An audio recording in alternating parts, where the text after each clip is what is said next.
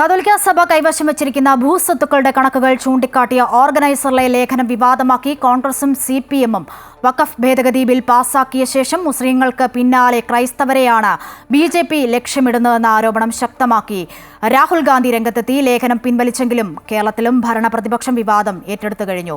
ന്യൂനപക്ഷങ്ങളെ ലക്ഷ്യമിടുന്ന RSSന്റെ ബൃഹത് പദ്ധതിയുടെ ഭാഗമായാണ് ലേഖനമെന്ന് മുഖ്യമന്ത്രി പിണറായി വിജയൻ പ്രസ്താവന ഇറക്കി. ഇന്ത്യയിൽ കത്തോലിക്ക സഭയ്ക്ക് എത്രത്തോളം ഭൂസ്വത്തുക്കളാണുള്ളതെന്ന് കണക്കുകൾ ചൂണ്ടിക്കാട്ടിയാണ് RSS മുഖപത്രമായ ഓർഗനൈസർ ലേഖനം എഴുതിയത്.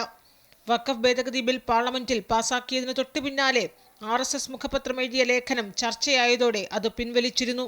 രാജ്യത്തുടനീളം ഏകദേശം 7 കോടി ഹെക്ടർ ഭൂമി സഭയ്ക്കുണ്ടെന്നും പള്ളികൾ, സ്കൂളുകൾ, കോളേജുകൾ, ആശുപത്രികൾ തുടങ്ങിയ സ്ഥാപനങ്ങൾ ഇവിടെ പ്രവർത്തിക്കുന്നുണ്ടെന്നും ഈ സ്വത്തിന്റെ ആകെ മൂല്യം 20,000 കോടി വരുമെന്നും ലേഖനത്തിൽ പറയുന്നു. RSS ക്രിസ്ത്യാനികൾക്കെതിരെ തിരിയാൻ അധിക സമയം വേണ്ടി വന്നില്ലെന്ന് രാഹുൽ ഗാന്ധി വിമർശിച്ചു.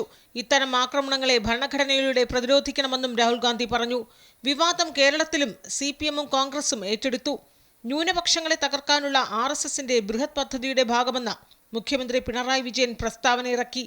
സഭയുടെ സ്വത്തിനെക്കുറിച്ച് അനവസരത്തിലുള്ള അനാവശ്യ പരാമർശം ചില വിപൽ സൂചനകളാണ് തരുന്നതെന്നും മുഖ്യമന്ത്രി ചൂണ്ടിക്കാട്ടി. ലേഖനത്തെ വിമർശിച്ച AICC ജനറൽ സെക്രട്ടറി KC വേണുഗോപാലും പ്രതിപക്ഷ നേതാവ് VD സതീശനും KPCC അധ്യക്ഷൻ K സുധാകരനും രമേശ് ചെന്നിത്തലയും അടക്കം കോൺഗ്രസ് നേതൃത്വം രംഗത്ത് വന്നു.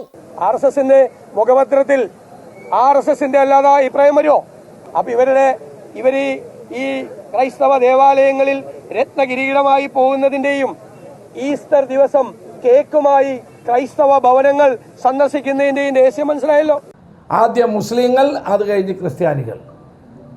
മതന്യൂനപക്ഷങ്ങളെ വേട്ടയാടാനുള്ള RSSന്റെയും BJPയുടെയും അജണ്ടയാണ് ഇപ്പോൾ ഓർഗനൈസറിലൂടെ പുറത്തു വന്നിരിക്കുന്നത്.